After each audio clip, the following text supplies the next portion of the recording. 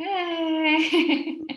How are you today? Oh, it just feels like life is a complete storm at all times. So I'm just like racing to get through the day, and then the day's already gone, and I haven't done everything I wanted to do. And that was one of the things that we wanted to talk about is getting a book done in 2020, which has thrown us all for a loop. And Yeah, so one of the things we've talked so much over the past 5 months. sure. We haven't met in person, right? This has just been all over Zoom and Yeah. WhatsApp and Facebook Live or FaceTime. Um, I'm curious about what's the mood like? What happens before versus after? Like, what are you feeling now versus before the release? And has the workload increased? Do you feel more calm? Do you feel more frantic?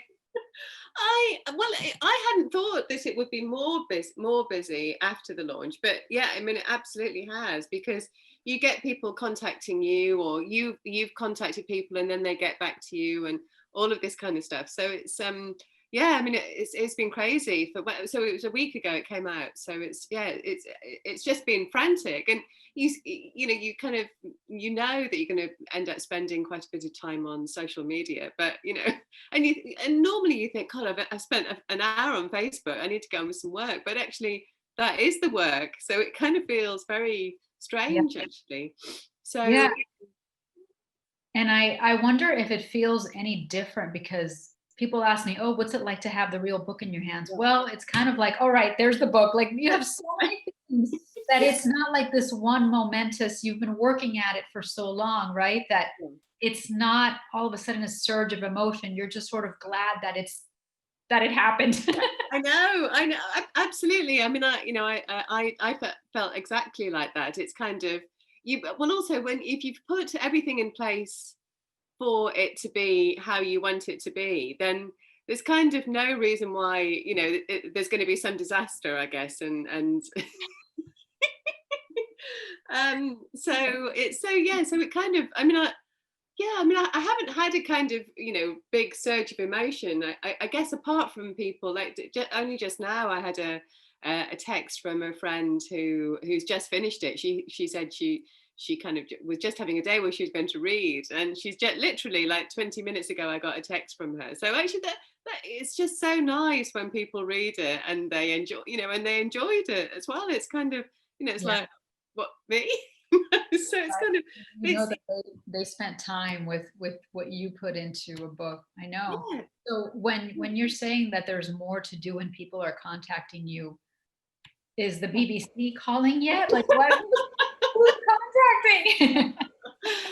Not quite, but Yeah. yeah, loads and loads of books. I mean, Instagram has been absolutely incredible for finding bloggers that, you know, and just the whole Bookstagram community is unbelievably supportive and friendly.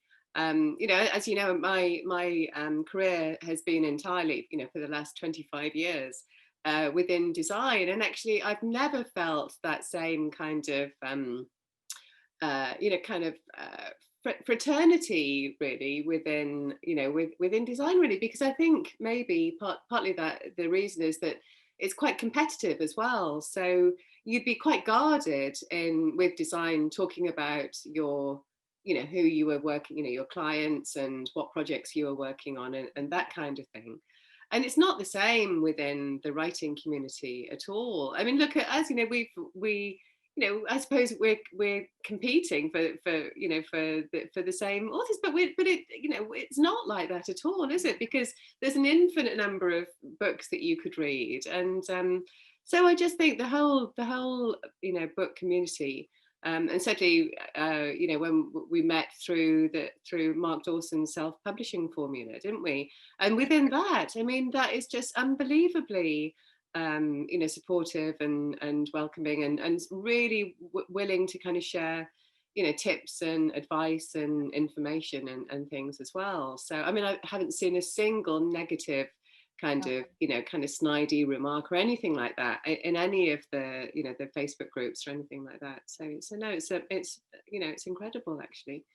So yeah, Yeah, really, and really good. you were the one who really clued me into the Bookstagrammer scene and pushed me to do Instagram, Yeah, partly because you yeah, have a very savvy teenage son who sort of um, very smart in that arena. And what's really been encouraging with the bookstagrammers that I'm still getting used to is people really read. Like, I you know. know, Yeah, there was this feeling absolutely. that books were dying and people were no, people are reading and they Yeah. want more. Yeah, absolutely. I know. And well, I mean, some people, have a really voracious appetite. They'll read like 3 or 4 books a week. And that would that's God, I mean, I would have to sit down and not do anything to manage to get through that. But so I don't know how. And a lot of them have full-time jobs as well. So how they do it, it's incredible. But How they do it, and it's impressive that they can do it long enough. They can stay off of social media long enough to get books read because they're absolutely. obviously on there, posting. Yeah, yeah, and when I if I sent a message, they always respond really quickly as well. So I guess that they're sitting, so, kind of on the sofa with a cafetiere of coffee, and and That's they're it. reading with their phone, kind of. So I suppose it's all quite Yeah, with their nice cup of easy. coffee and the fluffy cat on the side. Absolutely. So it's all, it's really great. So yeah, yeah, really, really brilliant, and a real mix of people as well. I've got a lady in Sweden who's reading it at the moment, and one in Ireland, and some in the States. There's a lady in Long Beach, California, who has this amazing little library in outside her house. It looks a little bit like a kind of bird box, kind of converted bird box. So it's full. Yes, a couple of days ago, she posted on Instagram the bird box, absolutely chock full of books. And it's just, it's fantastic. What a fantastic idea to have. I mean, I sent her a message and said, if only we had the weather in the UK to be able to do that, because I guess you're guaranteed to have sunshine in Long Beach, aren't you? So that was incredible. So yeah, so people have just been really, really, really enthusiastic, and yeah, and it's been, overwhelmingly positive reviews, and from real mix of people as well. So yeah, really, really fantastic. Good. Yeah, So yeah, it's off to a yeah. good start. Well, I was thinking because you and I started talking maybe late spring. Oh gosh, I don't know. I can't remember when it was. Yeah, it must have. Well, I think I joined I signed up for the 101 course, I think in April, when there was a window open then. Okay. And so I think we might, I remember seeing your post and think, oh God, a woman who's writing a book about dating and food in London. It's like, that kind of ticks all my boxes. So Well, now I'm remembering we started talking in the summer because that's when I had the cover done when I posted it for feedback in the group and you commented and said, I'd really love to read that. And so then we got on Skype and started chatting every 2 weeks. yeah. One of the things that I don't know about is how it all started with this course that you took. So tell us a little bit about that and Yeah, well, it was. I had a bit of free time after a kind of full time job that I had taken, that finished, and that was at the end of 2016, and I knew I had a bit of kind of free time coming up, and I had been kind of flirting with the idea of doing some kind of writing course at some point, because I think probably 7 or 8 years before that, I had this idea that I wanted to write. I hadn't written anything since my O levels, which was like 35 years ago or something. So, not um, that long. so, so the idea of writing, in fact, somebody, very vehemently said to me, what do you know about writing? So that kind of put me off at the time. And then I thought, actually, I just had I don't know if it was the same with you, Jessica, but I just had this kind of burning desire to kind of write something. And like lots of people do, I guess at some point. So I had started to look at the Faber Academy website to see what courses they had coming up, and even at the time, some of their courses were online. And I thought, well, okay, if I have to do that, I will. But I just happened to contact them one day and they said, oh, we've got a course starting on Monday, it's full. But then literally, I don't know, maybe a couple of hours later or something, one Friday lunchtime, they emailed me and said, actually, somebody's had to pull out. So it was really, kind of fortuitous timing that that I'd contacted them. So it started, I started the next day, the next week, the next Monday. So it was really great. It was called How to Start Your Novel in a Week. So that was, I mean, that, it kind of does what it says on the tin, really. It's do you know that that expression, is I it? do. I love that expression. I didn't put that in my book, but yes, that's one of the charming British Yeah, expressions. it's very charming, isn't it? I think it came from, like, oh gosh, I don't know, like a B&Q advert or something like that. But so that, and actually what was really great about the course, one of the things anyway, was that there were like 12 or 13, 14 other people who were in exactly the same place, where we, none of us had really written anything. Maybe a couple of people were, had a kind of journalism background or something like that, and actually a lot of people were writing kind of travel memoir. Somebody was doing a travel memoir, someone was doing more like kind of short stories and things. So there was there was a guy who he was actually in his 80s at the time, or late 70s at the time, who wanted to write something that was kind of historical fiction. So there was a huge kind of variation in what we wanted to write about. So it was great. It was really brilliant. So it was a kick start Yeah. about it. And actually, one of the things which I think we have maybe talked about was the kind of idea of kind of imposter syndrome as well. Why do I think I could write something.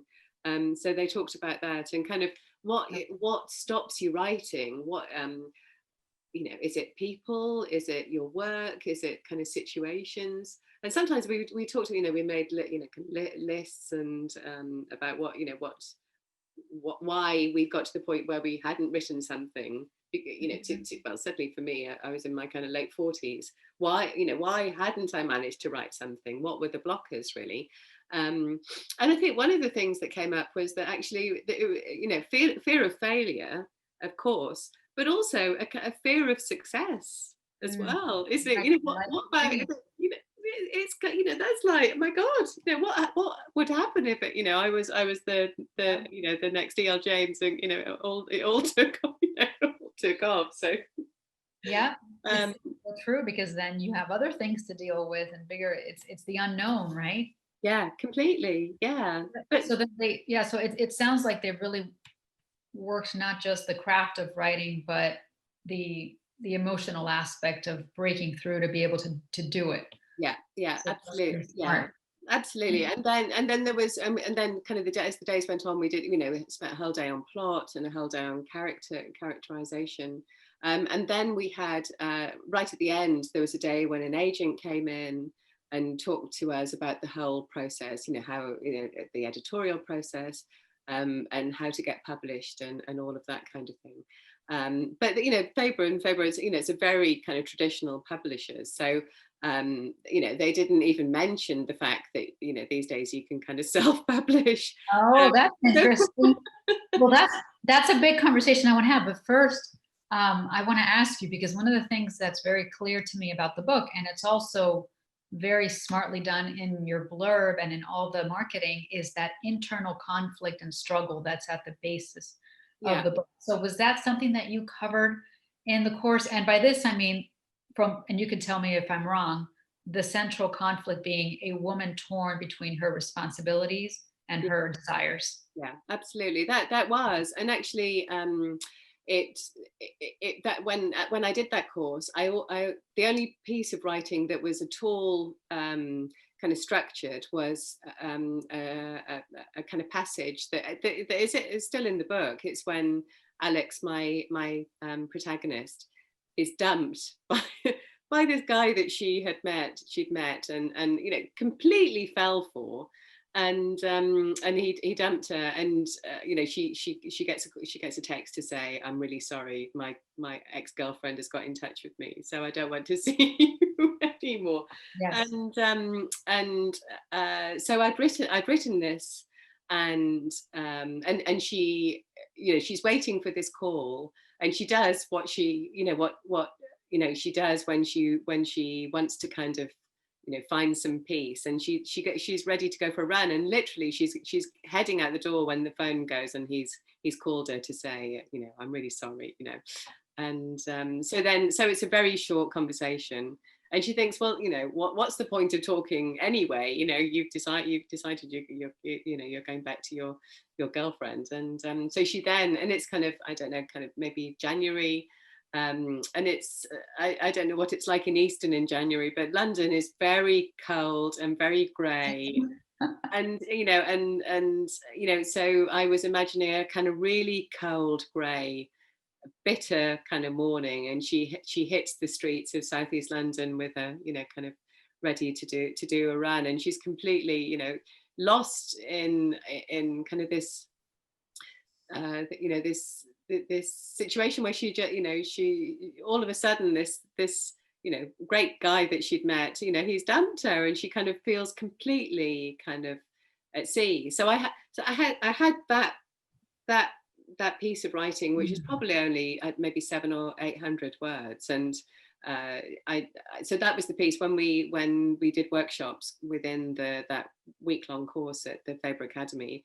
That's the piece that I worked on, and we kind of worked in groups, and were able to kind of swap, and and kind of kind of do a little crit really about each other's work. So that was really great, actually. I remember, the how powerful that was, actually. In fact, funny enough, the lady that I was partnered with, she was writing a kind of police procedural. I think it was actually, I think maybe she was doing it from the perspective of like a kind of youth worker or something like that. So she had but funnily, we probably did cover, and in the end covered quite similar ground in terms of what happened to our protagonist, really. So, Oh, wow. yeah, Wonderful. Well, and your background in art really shows up in the writing, and even in the way that you just described the scene of her going running in this winter landscape. You can just picture the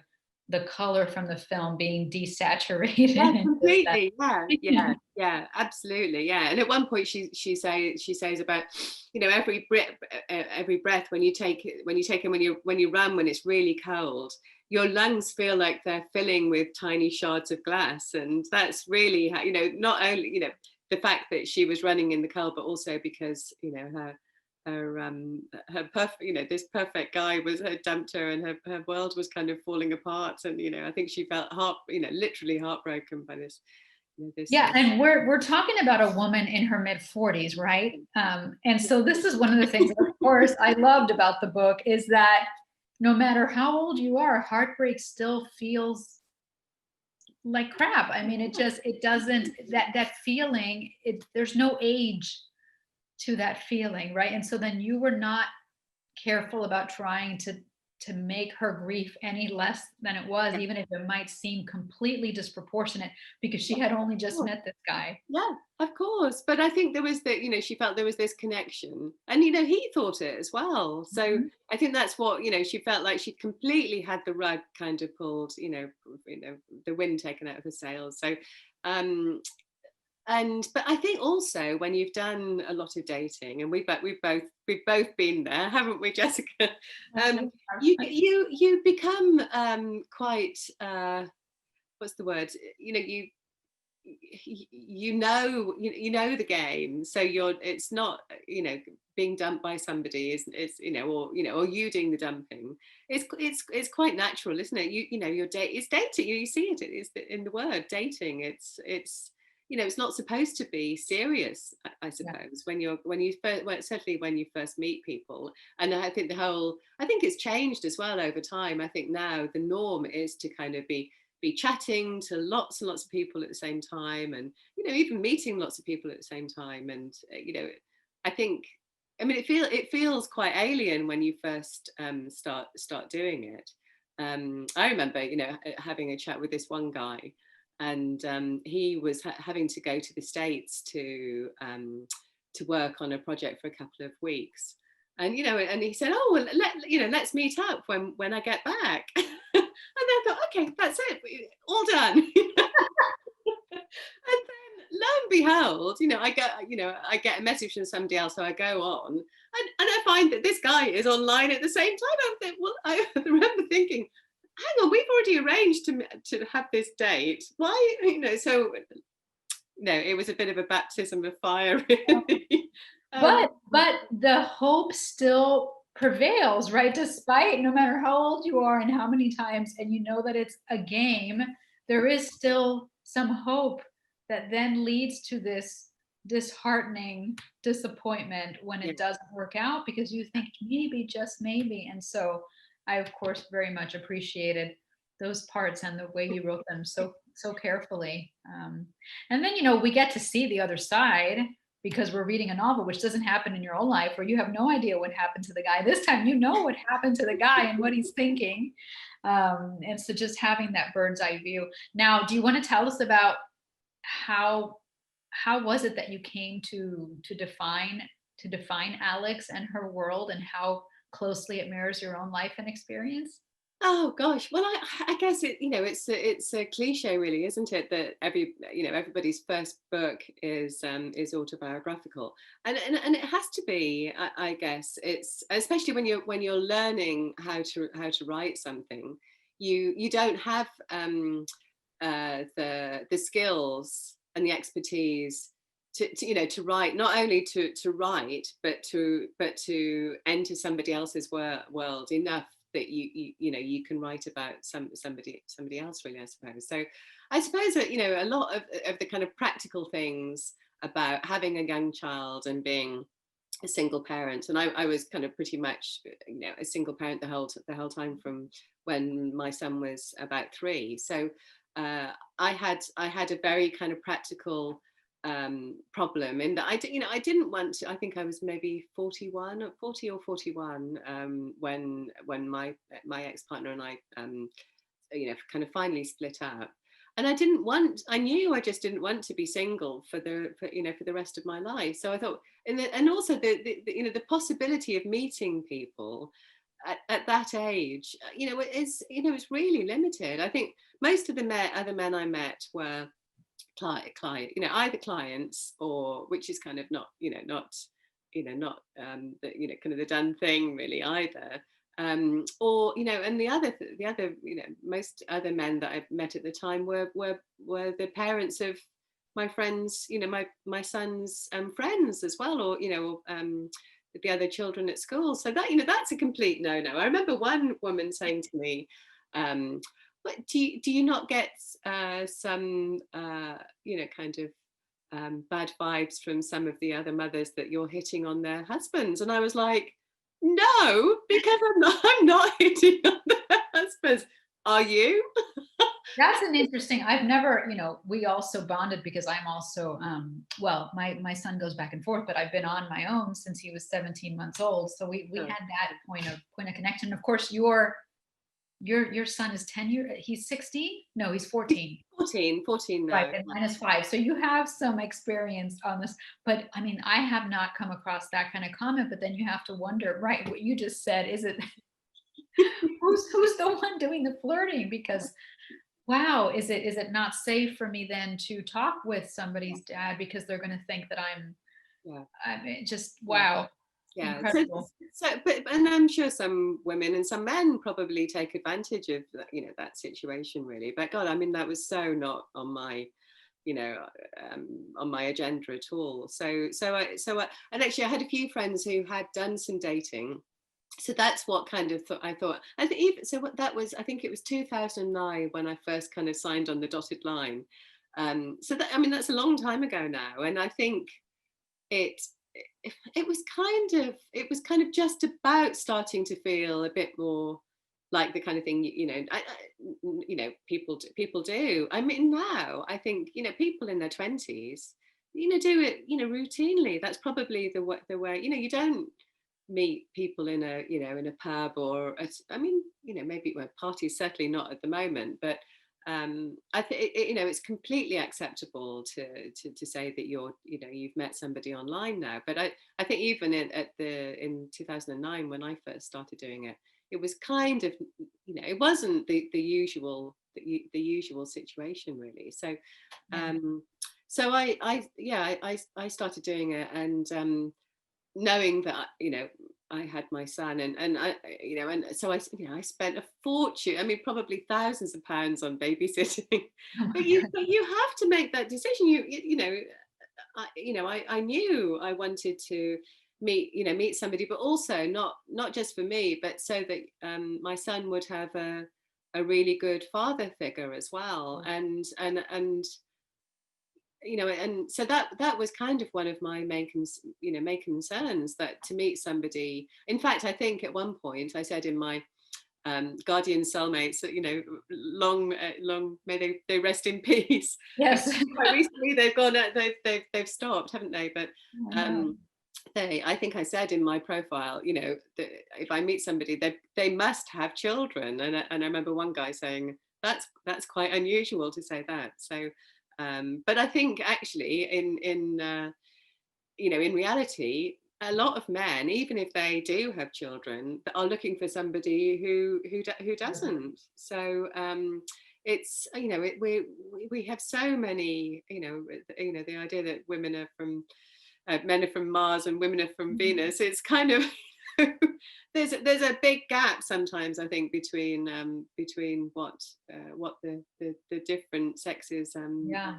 are And looking for. Really. and it seems to be the case in all sorts of in different parts of the world. So you're obviously in a large city and you still had to do the online dating where you'd think you'd be able to walk into a pub and just start chatting with somebody, but it's not that easy, right? And No. so one of the things I'm curious about is because you live in a part of London that I did not know well at all. Yeah, So have sure. you always been in Southeast London? So I've moved around in South London and Southeast London. We're in Southeast London now. So I've kind of moved around a bit for the last kind of 20 years in Southeast London. And I think you become, and I'm sure it was the same for you in West London. You know an area very well, and that kind of becomes your Your hub London. really. Yeah. And you can't the idea, I mean, in the book, I talk about moving to West London, Alex, I should say, Alex moving to Yeah. West London. I've never moved to West London. Mhm. And it feeling quite alien for her.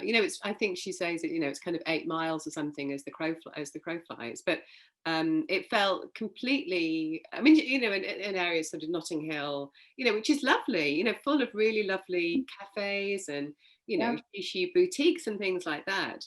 But and nice to go to to go shopping for the day and have lunch or something. But I think Alex felt kind of quite at sea really there, because she Yeah. didn't have that support network of people, people that she knew from kind of NCT classes or from school. When you have that other mums, so say if you're a meeting is overrun, or the trains of there's signal problems, and you're not going to get back to pick up your Yeah. child, knowing that you've got people that you can just call and say, can you pick my son up, that is worth its weight in gold. That Yeah, I can see. I mean, because when I lived in London, I was single. So I can see now being a mother how my choice would be so different because you think of everything so differently once you're a mother. yeah And it's just, I can definitely see how it would feel like you were completely on your own there. yeah And also, it's a huge city. London is enormous, so it's not like it's so easy for you to get back to your old stomping ground. yeah Now, one thing to go back to the course, and you said that they came in and talked about agents, and so you went ahead and pitched to a few agents, and I how did that did. go? How Yeah, did that I go? did. So that was 2018. So I'd written a substantial amount of the book You at had that point. a manuscript in those 2 years. Yeah, Okay. yeah. I mean, it wasn't in any form kind of ready to show anybody. I mean, I didn't show anybody else it at that point. But I had the first three chapters I had. you know, kind of pretty much they were Yeah. they were as polished as I could have made it, and a synopsis as well. So, but I didn't get anybody who was kind of interested, apart from one actually, who said that she really liked it, but she couldn't work out how she would market it.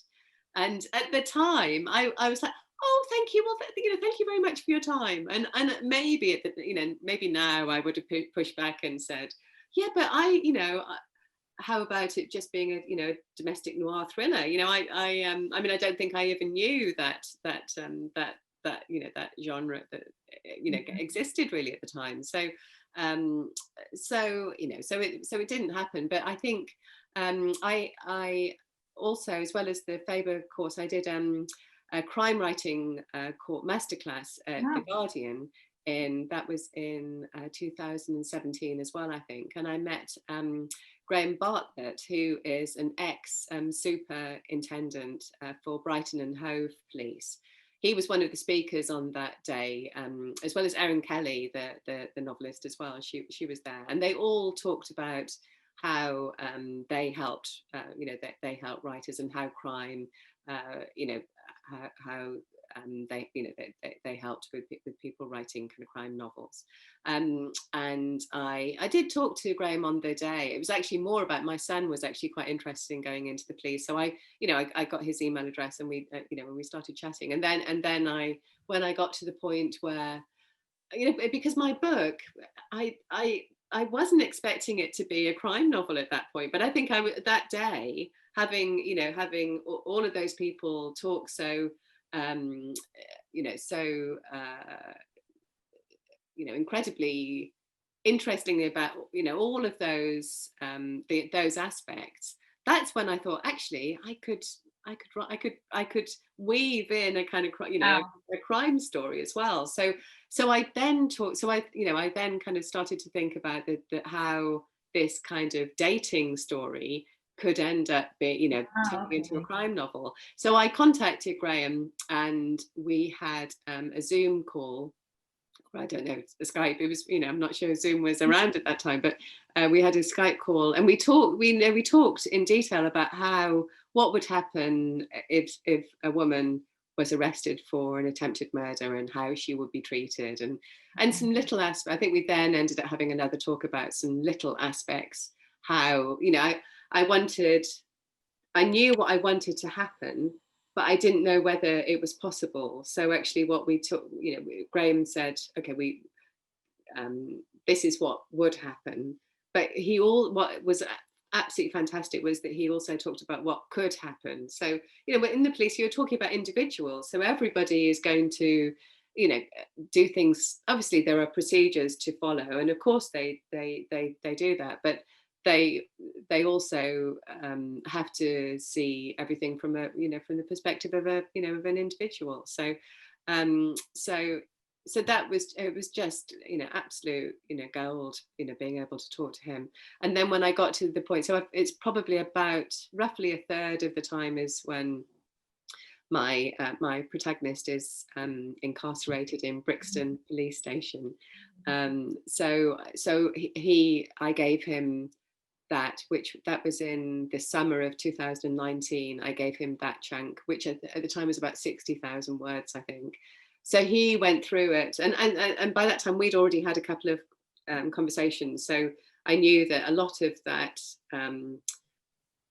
I was hoping there wasn't going to be a huge amount for him to change. I mean, he did make some suggestions, not just from a kind of the procedural point of view, but also, you know, because he has worked with so many novelists as well, that he, you know, he'd learned an awful lot about the, you know, the craft of writing from them as well. So he made some suggestions about how I could make it kind of more pacey and everything as well. So What a cool job. yeah, absolutely. Well, yeah, no, I do everything I can to to promote him, but I don't think he needs it really. He's writing a novel at the moment, and Oh, wow. next week when we do our we're going to have a call. We're going to talk about Oh, how good. we, I'll look forward to seeing that. yeah.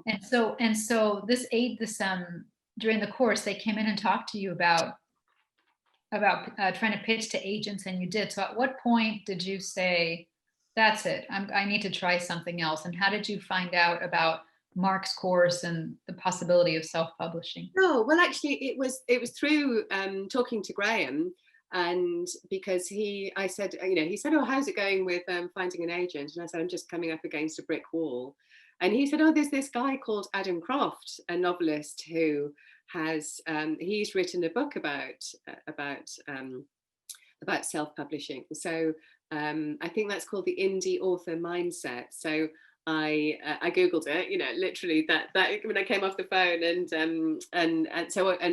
listened to that as an audio book actually, and then I kind of googled him and found out that he had a podcast.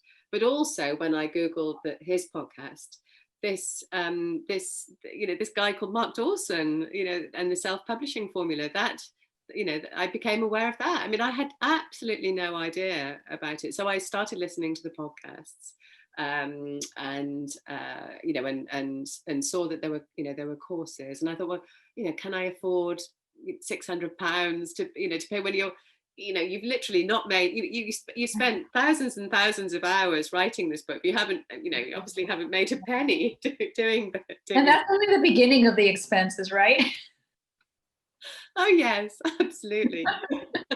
So I was learning quite a lot, and I signed up, I think, funnily enough, they had in March, literally just before the lockdown, they had a conference, and it was sold out because everybody, I mean, loads of people, literally hundreds and hundreds of people, thousands of people are signed up in the States as well. So lots of people were coming to do the conference. So I'd left it too late. I hadn't bought a ticket, but they organised this event on the Dixie Queen, a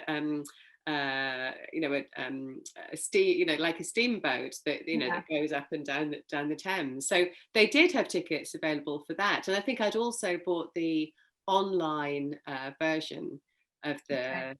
So I could listen back to the talks during the day. So then I was signed up to the SPF University, and there were webinars on there as well. There's ones about kind of using Instagram and using all of the tools that we know so much about now. I didn't have a clue about at the time. So and then I think there was a window where the 101 course was open, and I kept thinking, oh gosh, maybe that's just what I need to kind of kick it into goal. Really. Was that in March? That was in March. Well, this was when the lockdown, and I think Mark, That's when I signed up. Yeah. Is it? Well, and also because he was, I think he was either extending the window or he dropped the price or something. And I thought, he had dropped the price for like a year or two for people who couldn't. Yeah. So I just thought, God, this is just too good an opportunity. Yes. So I just thought, I've got to do it. So I was like, okay, forget the expense, just do it. So that's when I signed up, and I just sat on the sofa just listening to everything. And so thank goodness for Mark Dawson and Jim. And now we know that the £500 is a steal for the amount of information and the support. Absolutely. And all the practical measures, how to set your manuscript up in Scrivener or Vellum. I mean, literally. And also what's lovely is because you listen to James and Mark on the podcasts, when they're doing the kind of practical kind of workshop type things where you're sitting, okay, this is what you do, and so you've got the screen, you've got the screen in the webinar and your screen, and it's exactly the same. I mean, it's just funny because it's like you're talking to a friend. Yeah, this is a total ad for Mark's course. Maybe we'll get some kind of kickback in the future. But yeah, I would sit there with the lecture open and my other browser open and do it just as he was saying it. Yeah, which is brilliant. So gosh, I mean, I don't know I'd have ever been able to do it without. Without each other too. And so when you were on the Dixie Queen, what did you learn there? Was there any good tidbits that you can share? It was, I think, because they'd had the conference all day, I think people were just they were quite exhausted really, and they just wanted to kind of let their hair down and have a drink. So we did end up, I met a really lovely guy. I was with my partner actually, Graham. And when we were waiting on the on the gang plank, Yeah. there was a big Yeah. big kind of entrance to the boat. I ended up chatting to this guy called Heath Gunn, who I connected with on Facebook and everything, and he was actually talking to Mark Dawson, and I was like, when you kind of meet your heroes. Well, that's right, Mark Dawson, but surely he's not just going to be kind of and mixing with all the with all the hoi polloi, but it was, so that was just absolutely incredible kind of kind of chatted just for just for a couple of minutes, and then we all went, all got onto the boat, and we met, we chatted to seven or eight kind of other writers during the course of the evening. I mean, it was very, it was a really lovely evening, very very very relaxed, and conversations flowed very easily from one person to another. I think even then, I mean, I think everybody was talking about, gosh, what happens if we end up having a lockdown and things. And literally, I remember in one of the podcasts, them saying that, God, if it had been a week later, they wouldn't have been able to do it. Right. That week. So, it feels like a completely different, like a million years ago. Different universe. Well, and I'm going to hold the vision for you to be interviewed on the podcast by James. So look forward to seeing that. Be fun. So then, yeah, we can fight over it, can't we? No, you first, Jessica. Tag team. So yes, in March, right, when the world changed, right? So do you think that, well, the way that your life has changed as a result of this year, did that allow you to get the book done quicker and get it out there faster? Did you plan? Well, we both had to postpone our launch dates because we were way too ambitious about what we could do. So we both went through that. But did you think you were going to get it done this year? Yeah, I did, because I knew I wanted to get it done within 4 years of kind of starting it kind of semi seriously. So I suppose I mean, there were kind of pros and cons to the lockdown. So schools in the UK were one of the first places that closed. Yeah. So I thought, okay, all of a sudden I'm going to have my son at home the whole time. And he's a bit older now. If he was your son's age, I think I would have really struggled. I think to have made much progress really. So, and work, I'm a freelance designer, so I wasn't altogether sure what was going to happen with work. One client literally called me the day after the lockdown and said, look, we've heard from head office, we've got to we don't have a marketing budget, basically. Yeah. So and at that point I'd been doing quite a lot of work for them, so that was quite worrying. But I've been working for a long time as a designer, so I've got quite a lot of clients, so I wasn't sort of too worried. And I just thought, and what I've done is, all the time when I've been writing this book, and I'm sure you're the same as well, is that I've just spent days writing when I've had the opportunity. So you just cram. Yeah. So I just thought, okay, well, I'm just going to keep going, and take on any projects that come along. And luckily, sort of over the summer, I've had a couple of quite substantial projects. So actually, at one point, that's why I did get this one job, and it would have been impossible to keep my launch date to August. So I had to postpone it. And it was funny actually, because I thought, people, I posted about it. I hadn't told anybody at all. So I posted on Facebook, and I had such a overwhelmingly positive and supportive response from friends. People I'd known for 30 years who had no idea that I was writing a book. So it was so positive.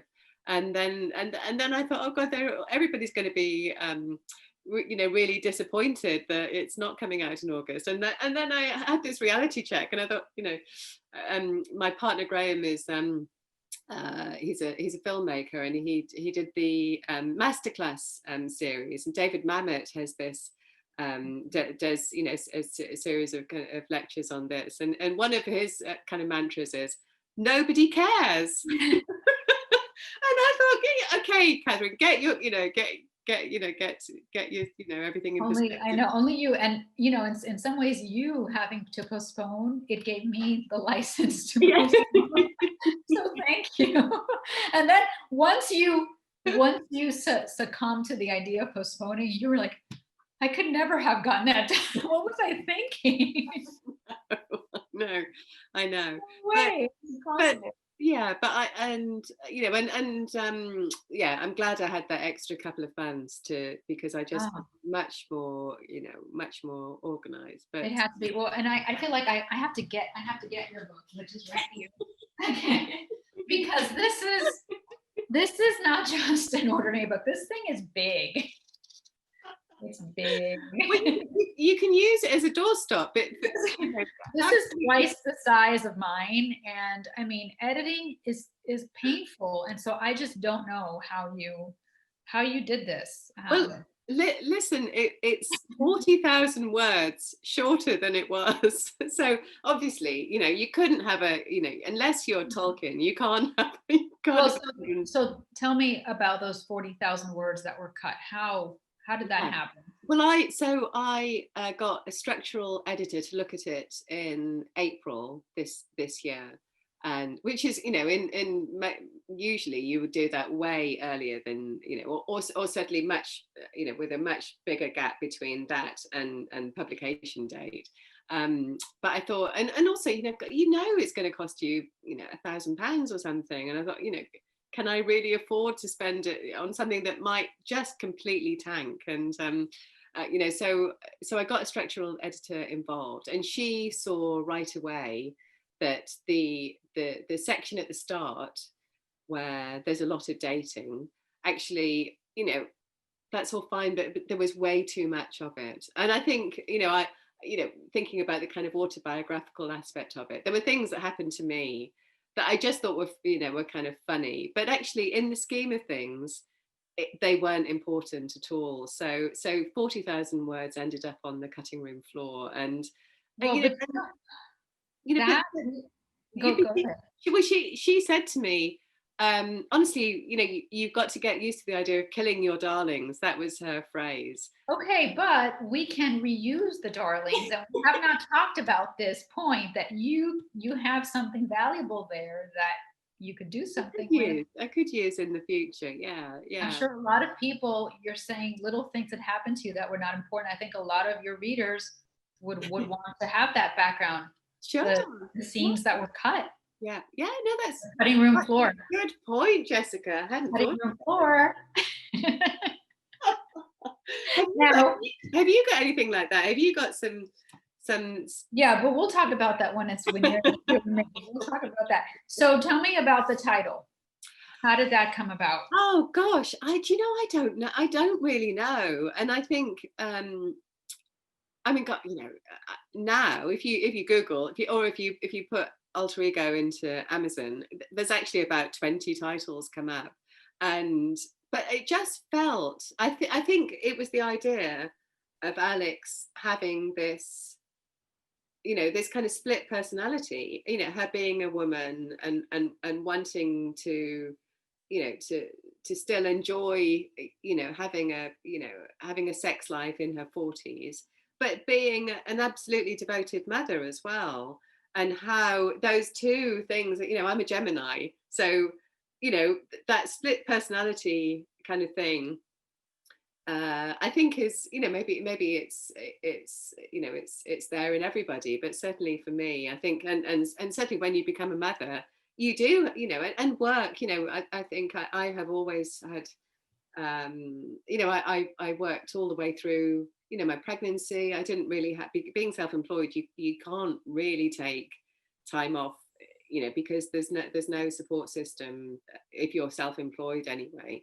So you know, so I didn't have that kind of, okay, I'm going to take a couple of years. I mean, it's lovely if you could, but I just, you know, with my circumstances, I couldn't do that. Yeah.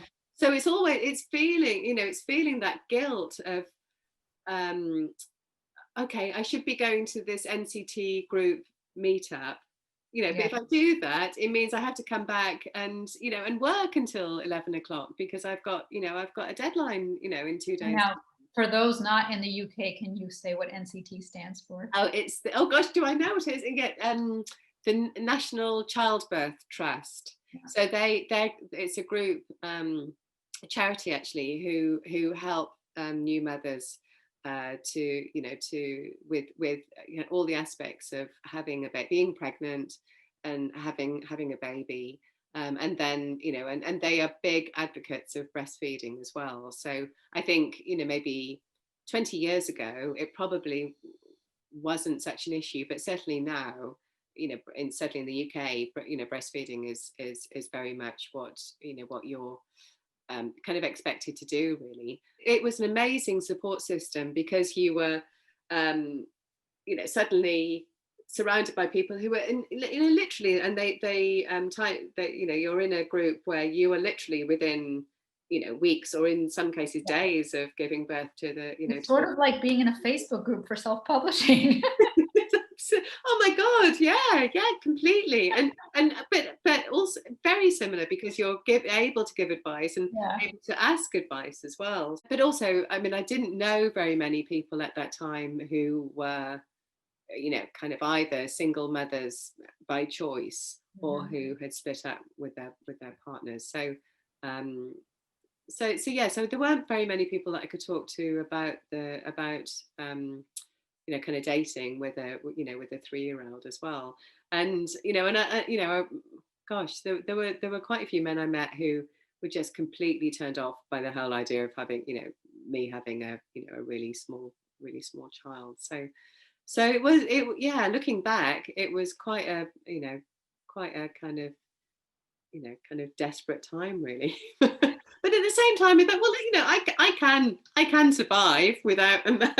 But now you did not wind up in jail. I didn't wind up in jail. No.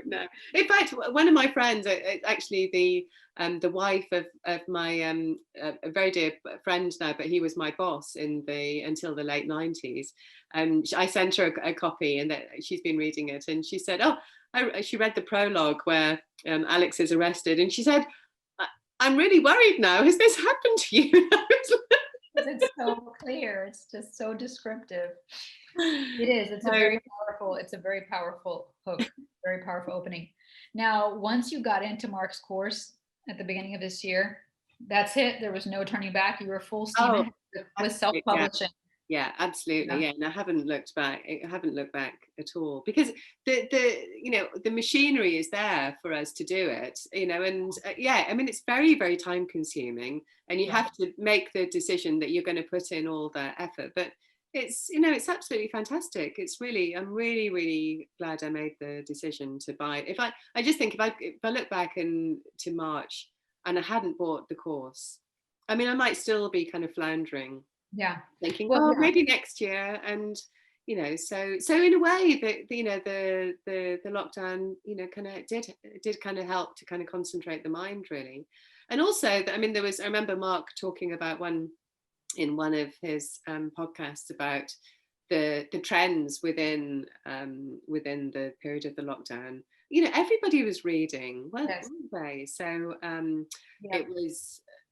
So actually, I think there was a real spike in written, kind of written, ebooks and paperbacks. There was, because people were kind of spending less time in their car driving to work and listening to audiobooks. I guess I'm sure it's probably flattened out a bit now, but certainly audiobooks has been a massive growth area as well, hasn't it? So do you want to tell us about the preparations for the audiobook and who's helping? I have found, I mean, you were my inspiration for doing it, actually, because I hadn't thought about getting a voice coach at all. I mean, it hadn't even occurred to me. And so I don't know, I wasn't sure whether I could do it or not, but I did Google whether voice coaches, and I found a lady who actually works with the RSC, and so we had a Zoom call last week, and she's given me some little exercises which I've been working on over the weekend. I need to send her some little passages as well. So yeah, so that's been great. I mean, I'm slightly, and she actually narrates quite a few books as well, and she's fantastic. She's narrated books for Denise Mina and Val McDermott as well. So I've been listening to one of Denise Mina's books actually, and she's just so fantastic. I mean, she's an actor, she's a trained actor. So it's just the she just gets the tone absolutely spot on. So I mean, whether I'm going to be able to do it, I said I was very, I said to her, look, I really need you to be honest. If you don't think I can do this, then I'll get somebody to do it. So so we'll see. So we're going to have a few sessions this week. So hopefully it'll.